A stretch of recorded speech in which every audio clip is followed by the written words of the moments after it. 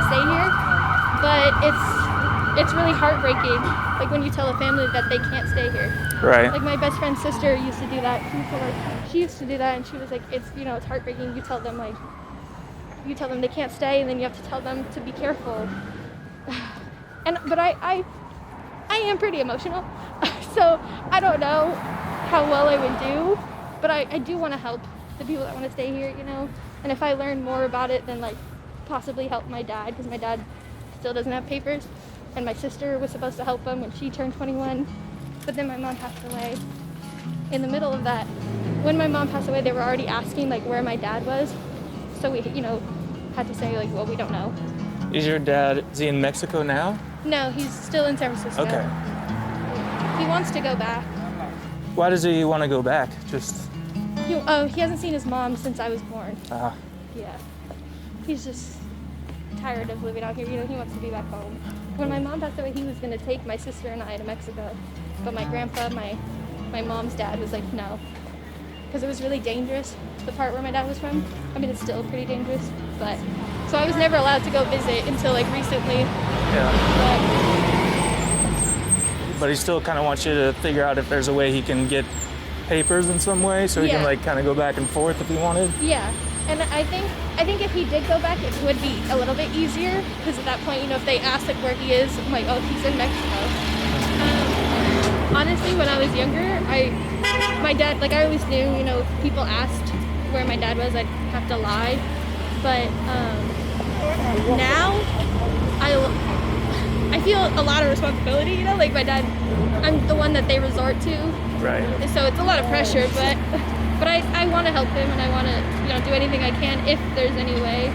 But yeah, sometimes I try not to think about it, but it's always in the back of my head. Yeah. Like everything I do is for my family.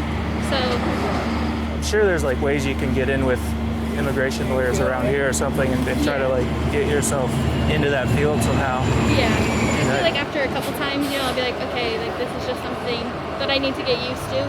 Yeah. If I want to work in that field and do that, but I know it'll be hard in the beginning. Like I'll be crying with these families, and that's not professional, but I'll understand more where they're coming from, Yeah, but maybe they might appreciate the empathy. Yeah, exactly. I hope so. It's been a wild relationship, man, because she got pregnant, like it was kind of like a oh shit, Yeah. And it was like 6 months in, so it's like we barely knew each other, man. Right. But so once she got pregnant, it was just kind of like, it felt like, all right, like I'll be there for you, like during this process, like let's try to at least we were like close to kind of like, this isn't working, we're so different, and it's exhausting. Anytime you have this many fights in 6 months in, red flag. Yeah. And but once that happened, I was like, I gotta try. We gotta really give this a shot. And I want to like, I've never had a baby before, and I just feel like it's a tough process for her. She doesn't have much family. For the baby, I don't want that baby to like, it's not fair to the baby. So I'm gonna just try to work it out as much as I can. And it's been a really like hell of a journey. Just. I have a condo in South Beach, and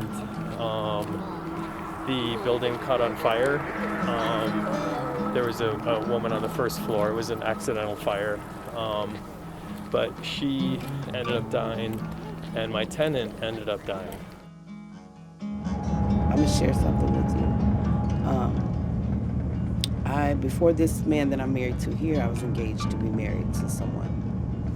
And he died in my arms. Something that I had just never seen before, and I probably never forget it. And I had to go and tell his mom that she had lost another one of her children. How'd you tell her?